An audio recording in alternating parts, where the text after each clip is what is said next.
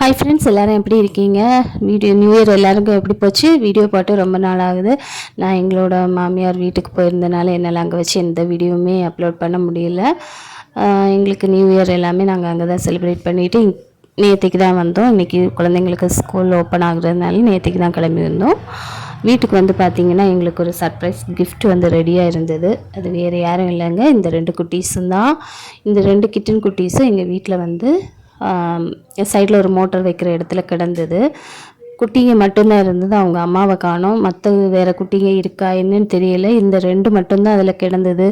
வீடு மாற்றி போட வேலை ஏதாவது அம்மா பூனை மறந்துட்டா என்னன்னே தெரியல. இவங்க 2 பேர் மட்டும் இருந்தாங்க. பார்க்கறதுக்கே பாவமாக இருந்துச்சு.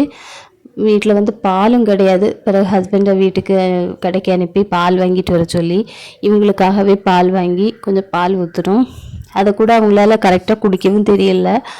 அப்புறம் என்ன பண்ணுறது, வீட்டுக்குள்ளே தான் வச்சுருக்கோம். காலையே சுற்றி சுற்றி வருது. இவங்க 2 பேரும் பண்ணுற அட்டகாசங்கள் எல்லாம் பார்க்குற வேலை எங்களுக்கு டைம் போகிறதே தெரியல. என்னோடய குட்டி பாப்பாவுக்கு வீசிங் ப்ராப்ளம் இருக்குது. பூனை முடியெல்லாம் ஆகாதுன்னு சொல்லுவாங்க. அது வேறு நினச்சா பயமாக தான் இருக்குது. அதுக்காக இந்த 2 குட்டியையும் நம்ம வெளியே விடுறதுக்கும் பயமாக தான் இருக்குது.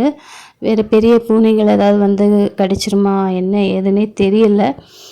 ஸோ நான் தான் இப்போ வளர்த்துட்ருக்கோம்.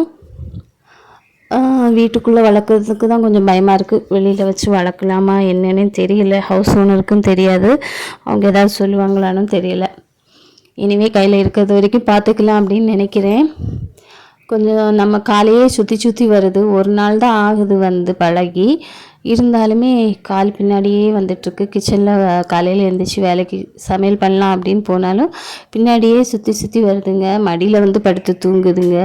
இவங்க பண்ணுற அட்டகாசத்தெல்லாம் நமக்கு வேறு எந்த வேலையுமே ஓடலை. இவங்கள பார்த்து ரசிக்கிறதே வேலையாக வச்சிட்ருக்கேன். இந்த வீடியோ உங்களுக்கு பிடிச்சிருந்தேன்னா மறக்காமல் லைக் பண்ணிக்கோங்க. நம்ம கிட்டன்ஸ் குட்டிக்கு எல்லாத்துக்கும் ஒரு ஹாய் சொல்லிக்கோங்க. Thank you all.